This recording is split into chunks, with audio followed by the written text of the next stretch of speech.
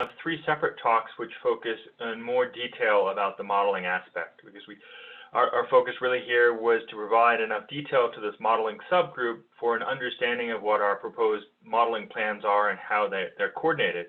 I would really like to thank you all for the opportunity to present our project here today. And in general, we've had tremendous response from the larger IARPA community and larger community in terms of discussions of how we can bring our modeling efforts into being integrated and coordinated with a lot of the other efforts going on in the Arctic. And so we hope this conversation helps build out that. So in the first slide, I have a figure here which you'll see a number of times, and it came out of our proposal, and it was really our attempt to summarize the project in one sort of graphic. And what we have are a bunch of acronyms which correspond to the various programs which are funding it, which I'll go into in a minute, but then also the subjects within those program areas and the linkages across the project. And that's really sort of a graphical of how we designed the project to be built. And so broadly on the next slide, once again, we have this and another figure we had which captured some of the major components we were hoping to look at, which was what controls coastal change along different portions of the Arctic coast, what makes it unique and what are the common drivers, and then how does seasonality of different processes play in together. And so at the highest level, we had these 2 main goals out of the proposal, which was to build fundamental understanding of the rates, patterns, and magnitude of change in the Arctic coast, but then do it in a very coupled, multi-scaled, process-oriented way. And in particular, what is unique about InteRFACE, along with another newly funded East Coast-based project, is that unlike a lot of other projects that are funded out of one program area at BR, we were receiving funding from 4 separate programs, 3 of which are in the Earth System Modeling Program area, the Regional and Global Model Analysis Program run by Renew, the Earth System Model Development Program, which is currently overseen by Sally McFarlane, as Bob mentioned, the Multi-Sector Dynamic Program, and then we also have additional funding from the Data Management Program from JNILO. And we won't really go into much detail on that today. We're really focused on the top 3 program aspects. InteRFACE is a collaborative effort of 5 different institutions from 4 national labs and the University of Alaska Fairbanks.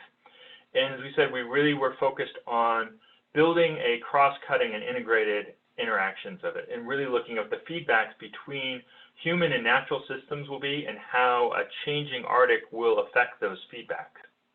So getting into specifics, listed here are the major participants in the program and the areas of focus that each institution is bringing to bear on it, as a sort of a summary in terms of how each group and participant is providing both overlapping and unique capabilities. And so really, in terms of the integrated science, we were focused, I mentioned, focused on feedback. And so for the first phase of our project, the Earth system side of it, or the natural system, has 4 main focus areas, which were highlighted in that circular diagram, which is sea ice and ocean dynamics, with a particular focus on landfast ice, coastal change, looking at both the erosion and flooding and inundation in the coast, permafrost hydrology, and in permafrost hydrology, the main focus there is getting an understanding of how hydrologic changes within watersheds will change timing and magnitude of fluxes to the coastal ocean and what impact that will have in the coastal environment. And then finally, the marine biogeochemistry. As Bob mentioned, the multi-sector dynamics are really focused on 3 main areas, and at least in phase 1, is the feedbacks and impacts on shipping in the Arctic, and particularly the North Slope, settlements, and then resource development. And we like to think of this large-scale problem is fundamentally needs to be addressed in a coupled, multi-scaled way. And the 4 main tools that we're using are the 3 modeling characteristics you'll hear about today: the E3SM model, the Advanced Terrestrial Simulator, which is an integrated hydrologic model, and then the Global Change Assessment Model, GCAM, which puts the multi-sector dynamics and economic change in a global context. We also have a heavy investment in the International Land Model Benchmarking Project, and there'll be a little bit of discussion that in Ethan's talk, I believe. And so our goal was really within the DOE context not to provide very specific actionable change, but to understand the trajectories and coupled dynamics of the Earth's human system over the coming decades so that we can begin to address questions like what are the risks to communities in general, and what do we need to know what those risks are? How will changes in the natural environment and changes in global economics change resource extraction and cause the feedbacks to alter there? And then how will changes in the base primary productivity and biogeochemistry of the system potentially impact food resources, both commercially and locally? So we organized it around 3 cross-cutting questions, which broadly have themes of how the sea ice and ocean will affect transportation and resource development in the Arctic. The second one was focused on coupling the land through the river fluxes to the ocean and what the feedbacks will be there. The third one is really looking at direct coastal change and what the feedbacks will be there with human and economic development. So in phase 1, which is what we're presenting here, we have an intensive focus on the North Slope of Alaska. We chose areas that we thought would have fundamental scientific advancements, areas that strongly highlighted integration across the project. It laid a foundation for future phases and also had a strong potential to integrate with other DOE-funded work and non-DOE-funded research. So with that introduction, I will turn it over to Andrew Roberts, and he will talk to us about the Earth system scale modeling. And then he'll be followed by Ethan Kuhn, who will be talking about the permafrost hydrology and the modeling advancement we're looking to do there. And then Siwa Matangi from the Jikri Institute will talk about the economic modeling and put it in the context there. It's all in there and leave enough time for them to present, and I think it makes sense just to leave our questions, at least on the overall, till the end so they have time to get through all of it.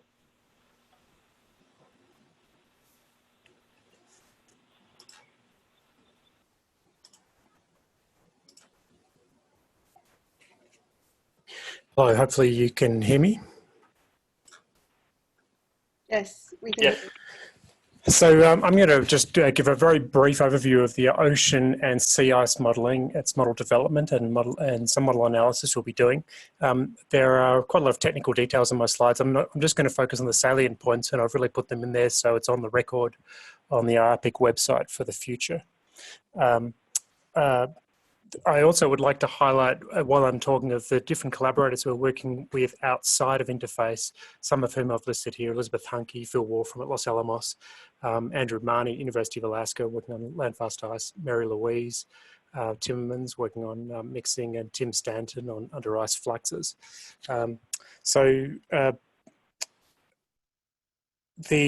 Really the critical thing that's very interesting for me about InteRFACE is that we're both doing fundamental Earth system model development, but also mixing it with the requirements of some quite applied questions.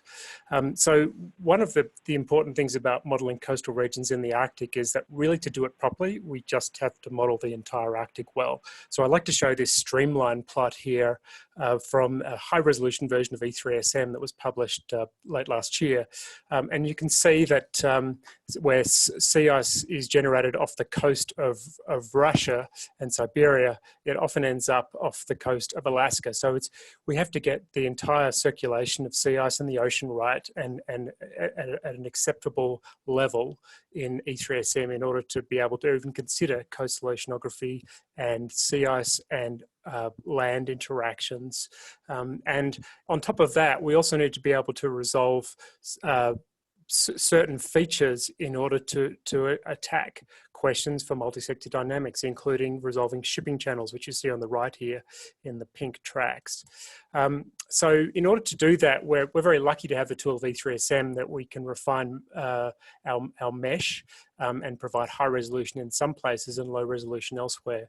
So this is our current working mesh. You'll see there's actually a big resolution boundary across the Arctic. This is not going to be the case in our final mesh that we're just working up right now. But the important thing is that you can see that around that green ring on the left-hand side in figure A, it's highlighted and blown up on the figure B here. It's an unstructured mesh, so it's mainly sort of hexagonal type grid cells, but they need not be that in particular. And within that realm, within that region of high resolution, we have an eddy permitting ocean model, and that's really important.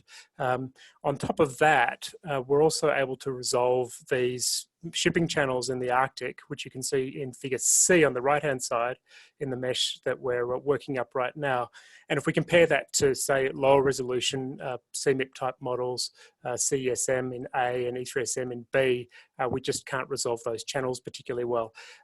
There are ways through the archipelago, but the important thing is that most ships actually take the southernmost track around Victoria Island right now. That's where all the shipping data points to ships moving, and in order to go around to the north of Banks Island is a considerably different navigational undertaking. So it's important that we can resolve that. One of the really nice features of just being able to apply resolution in certain places is that we can focus on particularly important parts of the oceanography. So in that cusp mesh I've shown you, we're able to get a very good meridional overturning circulation in the Atlantic by resolving the Gulf Stream here. I'm showing you 2 monthly snapshots. They're 5-day averages, but just showing you temperature, sea surface temperature in the ocean.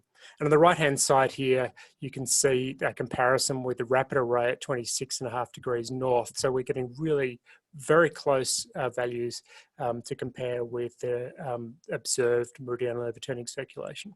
So it's a really nice feature of the model, but also we need a fully coupled system. And one of the important things of the Arctic is being able to approximate the variability, internal variability that is very influential in being able to make decisions on the future of the Arctic. And so we are running this in a fully coupled mode, but with a low resolution atmosphere, 100 kilometers globally.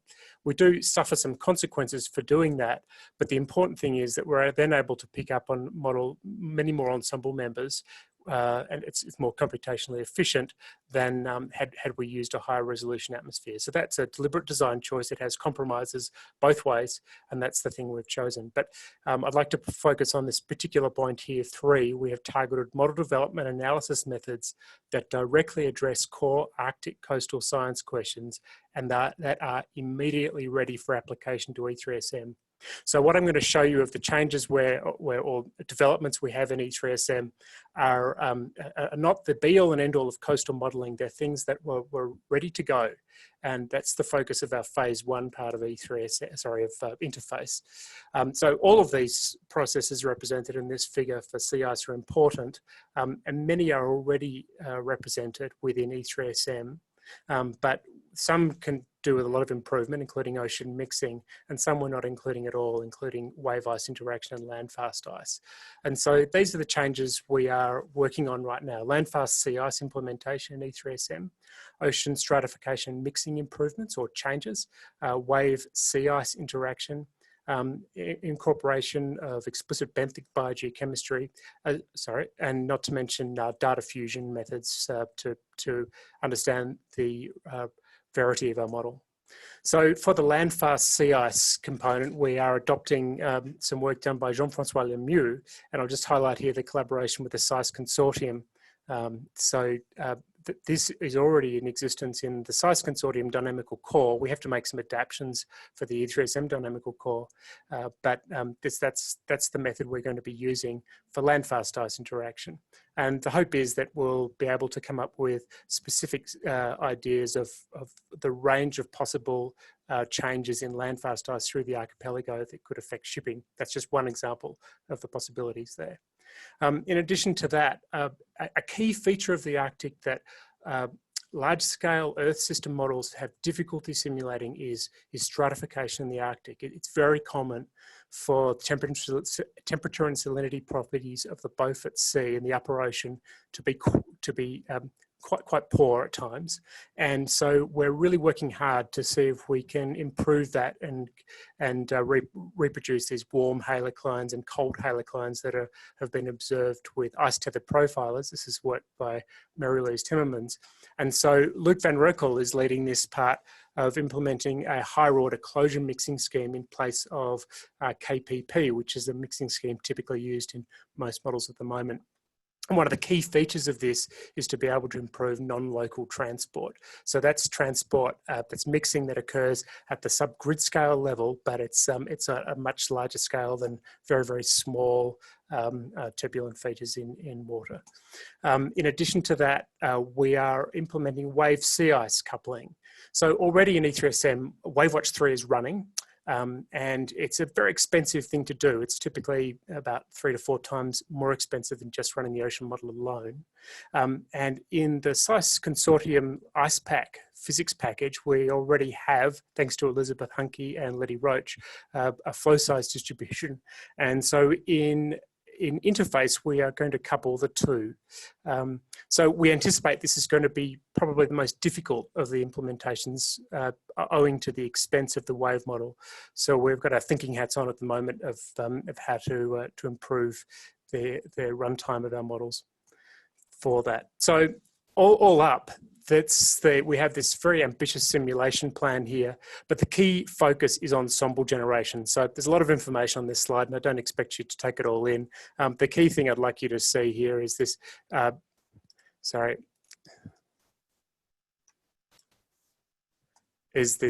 10 ensemble members is typically what we're aiming for. We'd like to go past that, and 200-year baseline simulations at the pre-industrial level for all of these different physics changes, including hydrology changes that Ethan will talk about in a minute, and also benthic biogeochemistry that I haven't gone into right now.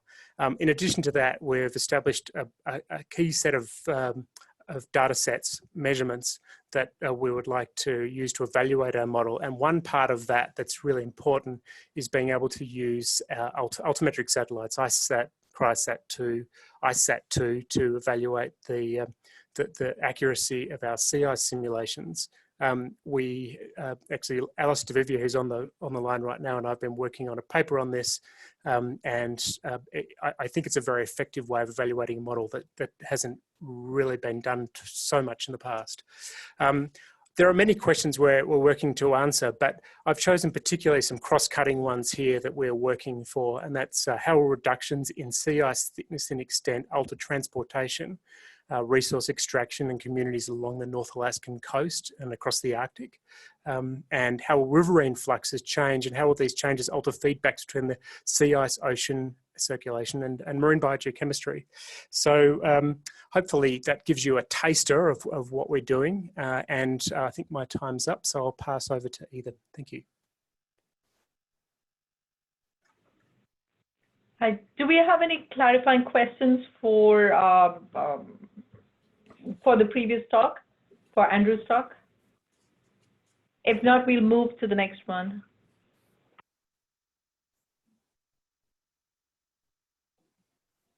Okay, can you see, let's see, can you see that now? Yes. Great. Okay, so my name is Ethan Kuhn. I'm at Oak Ridge National Lab, and I'm the institutional PI for InteRFACE at Oak Ridge. And I'll be talking a little bit about the permafrost hydrology modeling aspects here. Just a couple notes on why we're doing this model development work. So overall, it's been seen through a few different observational studies that annual inflows to the Arctic Ocean are increasing, largely attributed to changes in precipitation, in snow, and in permafrost at both extent and active layer thickness. And we're seeing things like peak flow shifting earlier with higher flow through winter, higher base flow, and shifting freshet period. So largely that's been seen in a few different studies, but largely in North America, and so there's sort of rapid changing response to climate shifts in North America, and in particular in Alaska, where we're focused in this DOE work. So why? And a lot of this comes down to sort of process science that we're starting to gain some more understanding of. I think a lot of this is coming out of frozen soil process representations. And so we need to update our representations in models to capture and understand these changes. So currently, Earth system models are missing some of these key processes to quantify the land exports of water, sediment, nutrients, and their seasonality and feedbacks with the ocean, sea ice, and communities, transportation, and other processes that we're talking about. For this first phase, we're focusing largely on water, but even within just water, there simply isn't lateral flow in most Earth system models. The frozen soil processes tend to be quite limited. There's a lot of heterogeneity in snow and shrubs that aren't being captured, and so on.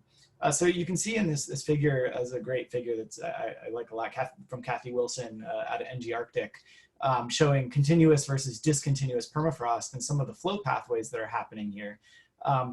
On the north slope of Alaska, where a lot of the rivers we're looking at for this project are, we're looking mostly at the left picture, right? Where there's this cold, continuous permafrost with a lot of fast lateral flow in very organic, rich soils, but very close at the surface. So it's this shallow, tiny little aquifer in the top ½ meter to a meter with very fast flows through very permeable soils. So how do we represent that? And traditionally, we've worked with E3SM as land model, but that's really a vertical model, and so it's not able to capture these sort of fast lateral flow processes.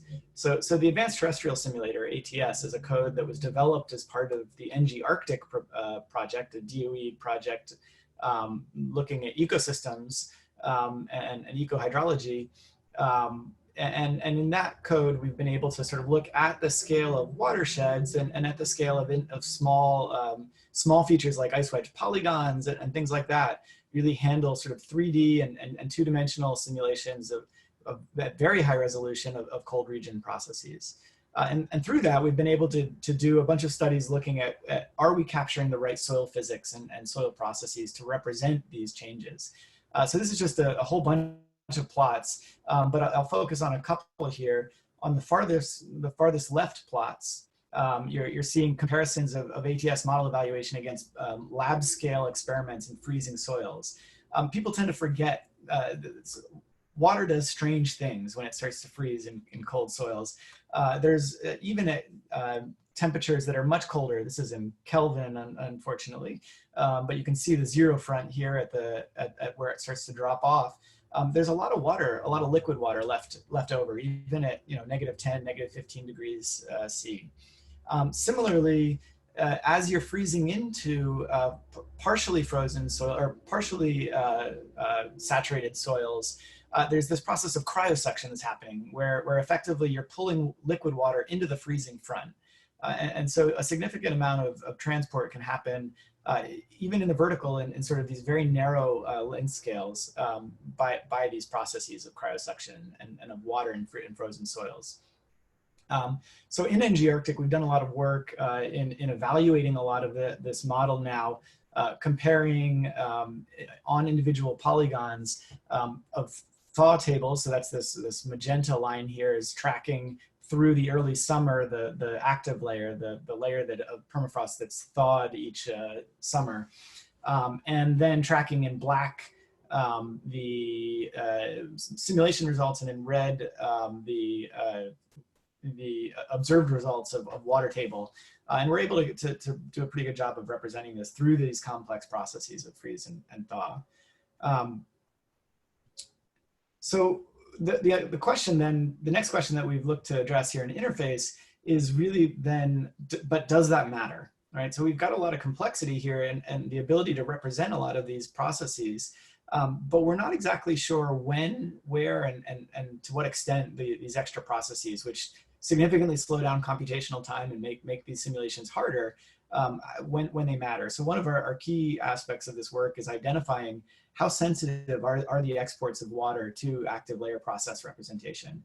And so we've identified the ability in ATS to sort of simplify incrementally to a few different steps, adding from the base level ELM model on the left, adding simply energy, conduction, and advection, and then incrementally adding the next layer of fully coupled freeze and thaw, and then finally capturing the full variable density and cryosuction processes that match the lab observations that we saw in the previous slide.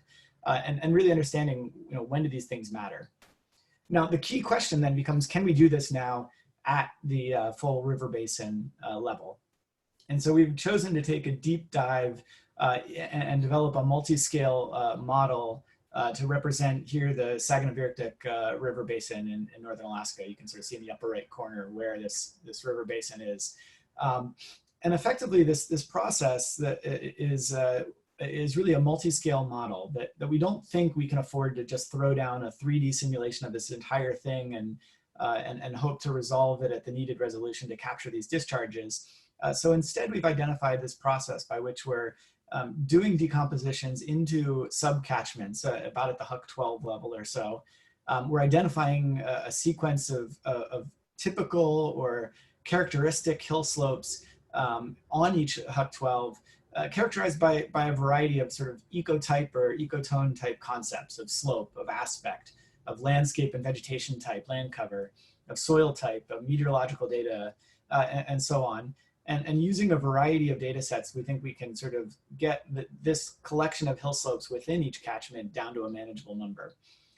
Once we've done that, then we will be able to hand each of those individual hill slope simulations, the discharge out of them out to a routing model. So this is then connected to Mozart, which is the river routing model developed at PNNL that's currently in E3SM's ecosystem of codes. On their vector routing models to be able to route across this complicated stream network that characterizes the Sag River Basin. So we think with this multi-scale process, we're going to be able to improve our ability to represent some of these timings and magnitudes of discharges over sort of 100-year climate projection timescales. And so to then evaluate that, we've recognized that there's a lot of measurement gaps in Arctic River discharge measurement. And so we've developed a pretty systematic process in partnership with UA Fairbanks and some of the data team there in both the data management program and in RGMA and Renew's program, looking at how do we bring together these and archive these observations and measurements of discharge, of snow, of permafrost, to understand the seasonality of those, but then also to use those to evaluate our models.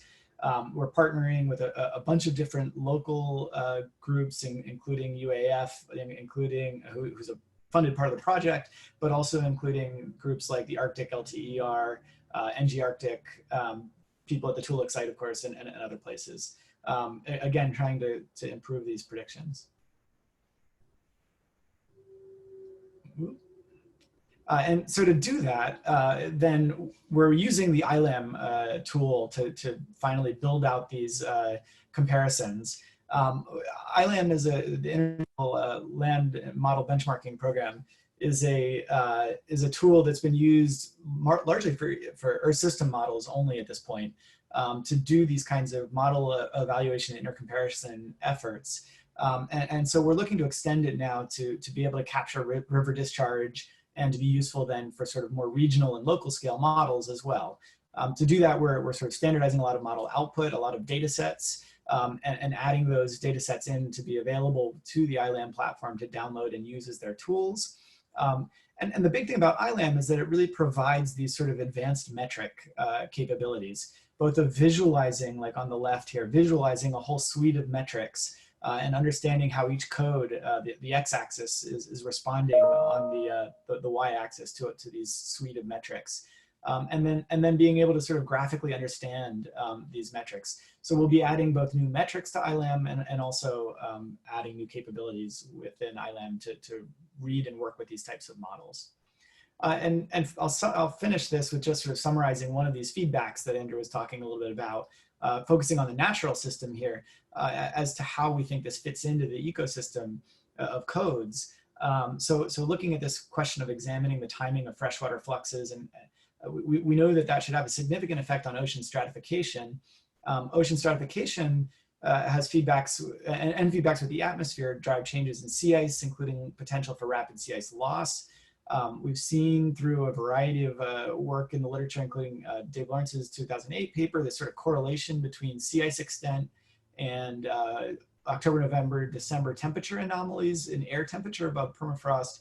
That anomaly results in significant permafrost loss, which has feedbacks on discharge. So we really, the Arctic is really ripe with these kinds of rich feedback processes, which really take multiple coupled models to really go after. And that's one of the key things I think we're focusing on in InteRFACE is how can we take these existing capabilities developed in other projects and on this project and bring them together to answer questions like these feedback questions. So with that, I'll hand it back and we can talk about some of the economic modeling work that's going to be done.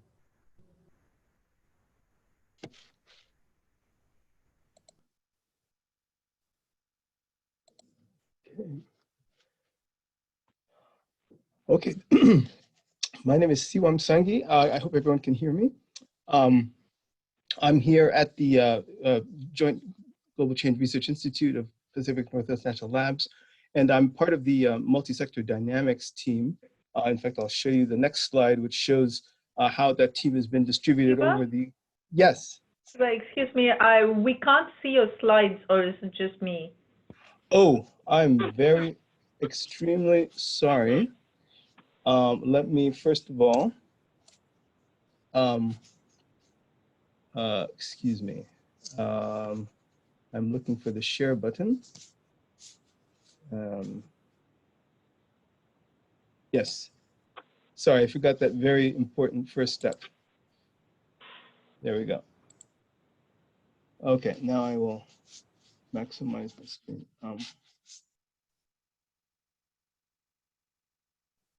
Yes, okay, let me continue then. So our team, everyone can see them now. Our team is distributed over tasks that encompass both the global modeling with our integrated assessment model GCAM and the economics of Arctic shipping activities that you see on the left-hand side, as well as those that are focused on local studies that are really going to answer the question about what does environmental change in the Arctic mean for human activity and in local communities. So I'm going to be talking about the activities that you see there on the left-hand side with respect to the global modeling and the economic shipping. Just to give you a overview in terms of what the research goals are, it has been expressed before previously, we're trying to understand some of these key interactions in terms of what's happening in the Arctic and the Arctic coastal system, and looking at those dynamics that affect how human settlements might evolve over time, the demand for natural resources, and the other economic activities that are important for the integrated assessment modeling, the shipping, and then the resulting emissions that come from all of those activities. So we're looking essentially at different scales with the local studies on the Arctic, both the Alaska side, the North Slope, and the Russian Arctic being at the very local level, at the Pan-Arctic one being the global shipping activities and how it cuts through the Arctic, and I'll explain how those linkages are going to come, as well as at the other things at the global level. And we're looking at long-term dynamics to mid-century for all of these. Just to give you a quick feedback about the integrated assessment tool, that will sort of be driven by scenarios that are defined by socioeconomic projections, as well as biophysical realities of what's happening with emissions and its impacts on the Earth system. So we'll be linking, of course, with the other major teams, modeling teams, so that there's harmonization across a lot of the all of the scenarios that we'll be running. That the biophysical drivers that are of relevance in terms of what the land-based activities that GCAM offers. And I should mention the Global Change Assessment Model is the acronym, and we're using the version that has been disaggregated for the US for this exercise. And that's been what a lot of our current scientific activities at GCRI have been focusing on this year. And so there's a number of different types of drivers that we're going to try, that we represent in terms of that determine how resources, meaning the fossil resources, are mined and driven by economic demand for them. How markets, there's markets embedded within GCAM. GCAM is an economically driven model.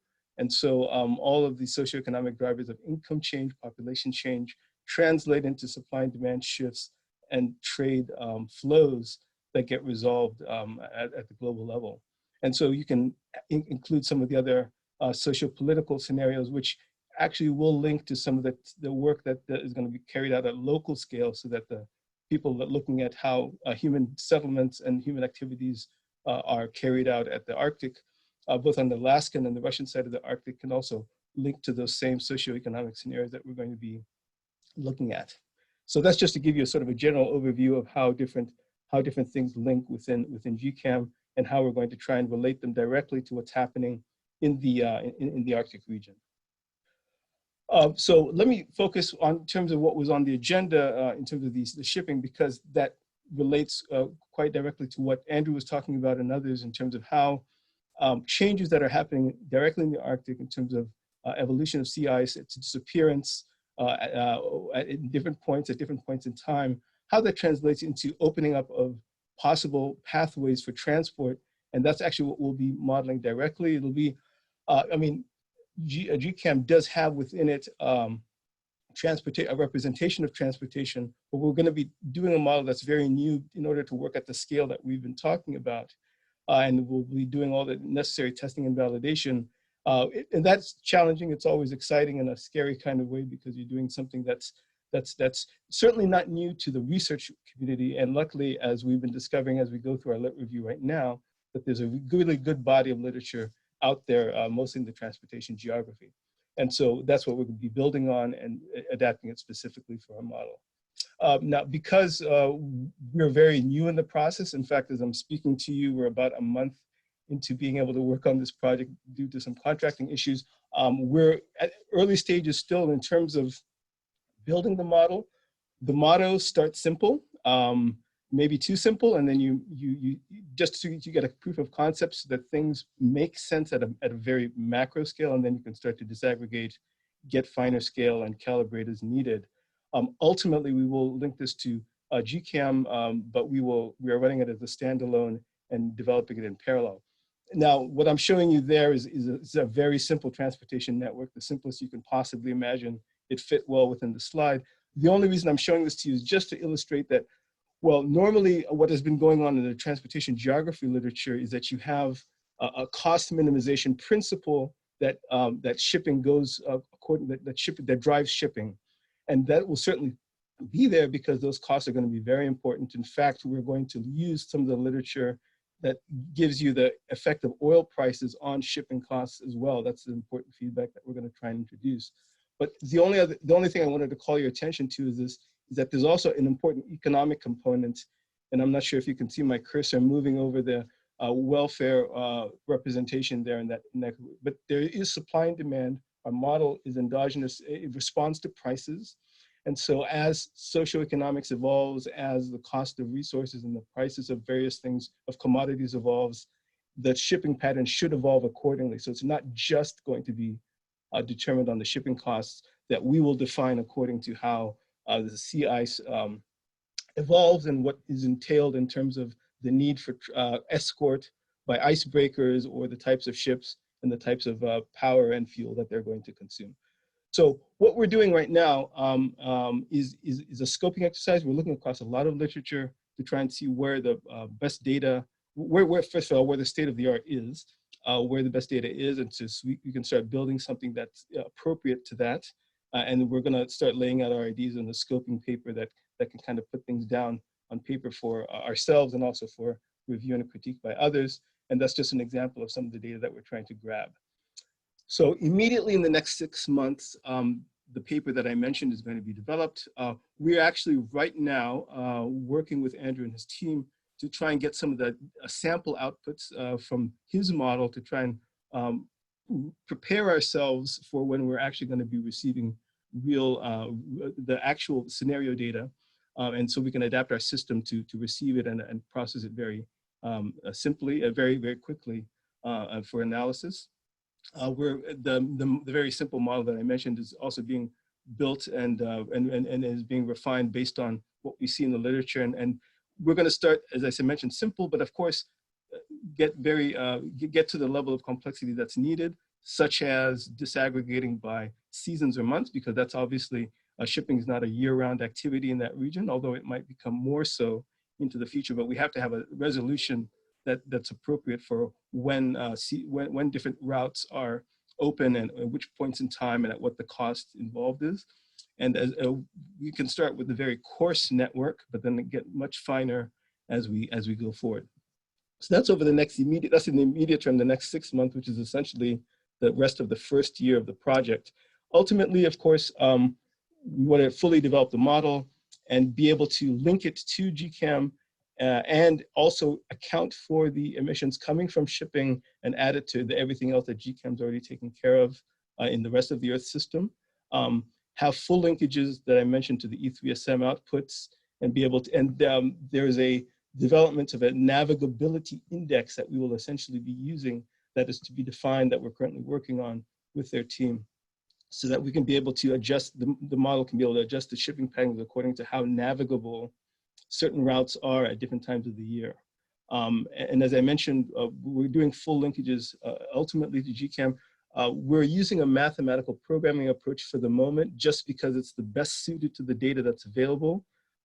Then we can be able to simplify it and put it in a form that could link more easily. But right now, we're just using what's best suited for the data that we have at hand, and that we could be able to immediately see the results of and make sure that it makes sense. And as I mentioned, we want to respond not only just to the cost of shipping and the fuel costs that are embedded in there, but also the cost of the commodities that are being shipped. And for right now, I should mention that we're focusing, of course, on the main commodities of interest to the Arctic: oil, gas, and we can talk about minerals and other sort of things, but certainly the fossil sectors are the ones that we're going to capture, that we're going to start with first. And I'll end there. So I just wanted to give you a quick taste of what's there, and then hopefully we'll have some minutes left for some questions and answers.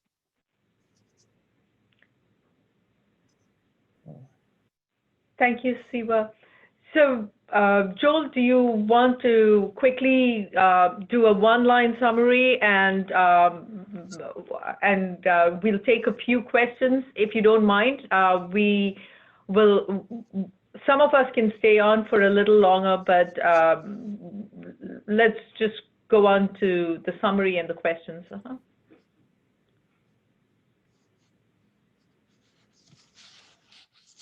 So let me. Joel, you're still on mute. Sorry, 2 spots to unmute. Thank you. I appreciate everyone's time today. It was great to have the opportunity to give this overview of our project and where we're headed and what initial steps we've taken. One of the wonderful aspects about the IARPIC interactions is the ability to reach out and get the community input back in. And through our ongoing interactions, you saw a number of collaborations and leverage points between ongoing efforts in the individual talks. There's a lot of integration across the DOE programs, and those projects were mentioned and discussed. Interagency efforts that we have ongoing and that are at different levels of development are with NOAA and the USGS, both in the coastal program area and also talking with D. Williams in terms of the hydrology. We've talked to a number of NSF-sponsored PIs and efforts, such as the LTERs, but also navigating new Arctic projects. We have ongoing discussions of building collaborations with NASA work. And then we have a range of university-led PIs with different aspects that we are looking to both be able to leverage data and observation that's being collected, but also provide modeling capabilities to observationally based programs where the context of having the modeling tools could be very valuable. And there's a number of collaborations we've been pushing forward there. But we're always open to more discussions, and we'd love to have people come forward, both even in the modeling and observation front. If from this presentation you've seen common ground and coordination where we can maximize efforts. And I'll leave it there in case people actually have a couple of questions. We might be able to address those. Thank you. Thank you, team. So I'd like to open up the floor for questions.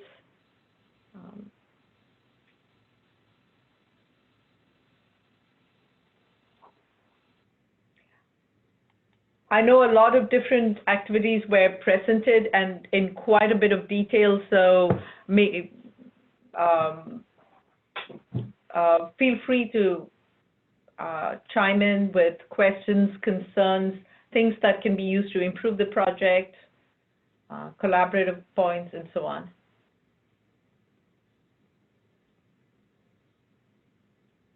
All right, so this is Hai Long. I try to ask a question, might be irrelevant. So for the whole project, it doesn't seem to have much atmospheric component. I'm particularly interested in the permafrost and emphasize the role of snow cover in the process evolution. So I was wondering about, so in a recent study, we found that in the Arctic, the snow cover has a pretty significant reduction trend, and it's quite important that the snowfall change, like precipitation change in terms of snow in the Arctic is quite important.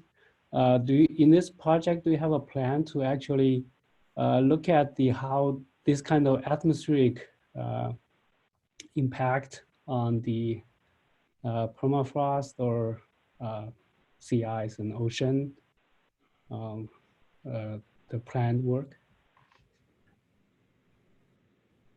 Ethan, do you want to discuss where that comes into the permafrost and hydrology modeling? I don't have much to add on the atmospheric side. Obviously, the snow patterns are very important, and so we've, we are always sort of on the lookout for data sets. I don't know if Andrew wants to comment on sort of atmospheric modeling. I think there is some thought on that, but at least in terms of taking the snow product and using it on permafrost hydrology side, absolutely, better products would be always welcome there, both from modeling and data side. So it was a conscious choice we're adopting the version 2 atmosphere from E3SM. And of course, as part of our analysis, we will naturally be doing energy balance checks, top of the atmosphere, those sorts of things. But it was a conscious choice not to include any atmospheric model development in this round, because there are already some projects working on some very exciting new aspects of atmospheric modeling that will incorporate the Arctic. That includes, cloud resolving models, those sorts of things. So we felt that wasn't the right time to be doing that yet. Mm-hmm. And should we be allowed to enter into a phase 2? It's top of our agenda. Yeah, under the Highlight RASM project, we'll be doing some of this kind of work related to the atmosphere component, but I can see that might be some aspects we could collaborate. Definitely.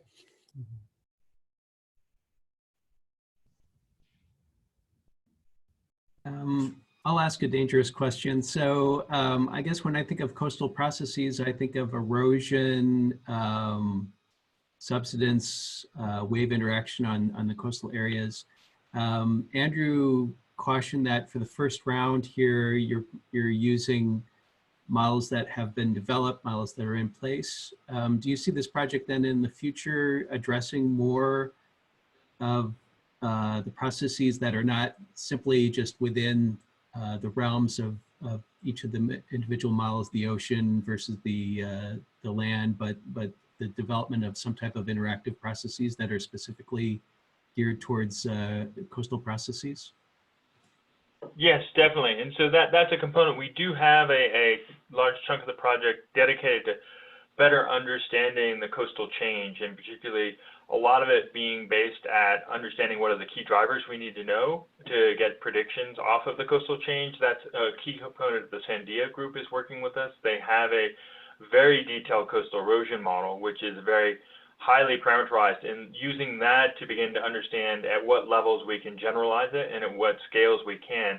And we anticipate that key drivers to putting into a larger regional or global model are going to be things like the sea ice conditions, the wave climate, other aspects which we're still developing within the Earth system models to be able to get an understanding and projections of at least broad trends and rates of change, but also ultimately we'd love to be able to parameterize fluxes from the land into the ocean. And in addition to that, what part of the hydrology model using ATS is we're developing capabilities to bring in permafrost thaw from flooding, both from sea level rise and also from storm surge site flooding. And so that is offline, really not in the mainline model, but being able to take that into it. And there are other developments within the DOE development efforts to get flooding and storm surge into coupling the land and ocean models. And so the idea is that by the time those are fully integrated, we will have the interaction defined at a level we could bring in, say, flooding on permafrost thaw and look at the feedbacks there.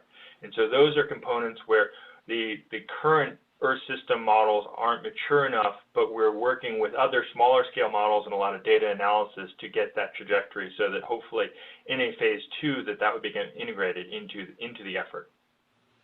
That sounds really exciting. With the current configuration, do you think that you can infer some coastal processes with what is available right now? For example, with the wave model and things like that? Right. I believe that's a lot of, I mean, this is where the collaborations with UAF and Sandia and through the USGS is really building off a lot of the great work the USGS has been doing. Right now, as Andrew said, we don't have the wave sea ice interactions going. And so that is the key aspect, is really getting that right. I mean, there are wave models, and the USGS has been driving their erosion models off wave climate and other aspects and downscaling of that. And that is really our goal of being able to get a much more robust projection of the ice in global climate interactions to understand coastal wave conditions and then understand how those will interact with the different types of Arctic coast in terms of the permafrost content, ice content, how the large-scale current and timing would affect it. Oh. I think we lost your mic.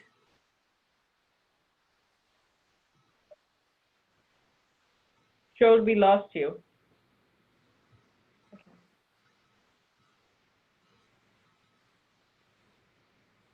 We couldn't hear you, Joel. It looks like his audio is no longer connected.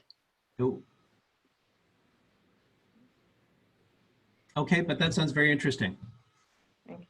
There's an arrow by the mute button that might be able to help with bringing that connection back.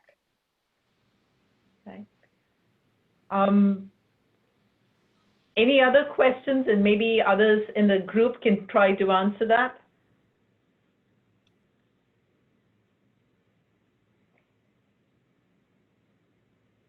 If not, and considering the fact that we have some technical difficulties and the fact that we've gone over by a few minutes, I think at this point we would like to invite all of you to send questions in if you have any particular questions for the group, and the group will respond. And thank you everyone for your time, and we as a modeling team will be in touch with you with respect to when the next meeting will be. So thank you. Thanks, Renee. Thanks for the opportunity. Yeah, thank you very much. It's very informative. Thank you very much. Comments Thank and you. questions, welcome. Thanks. Bye. Thanks for having us. Everyone. How do I log in?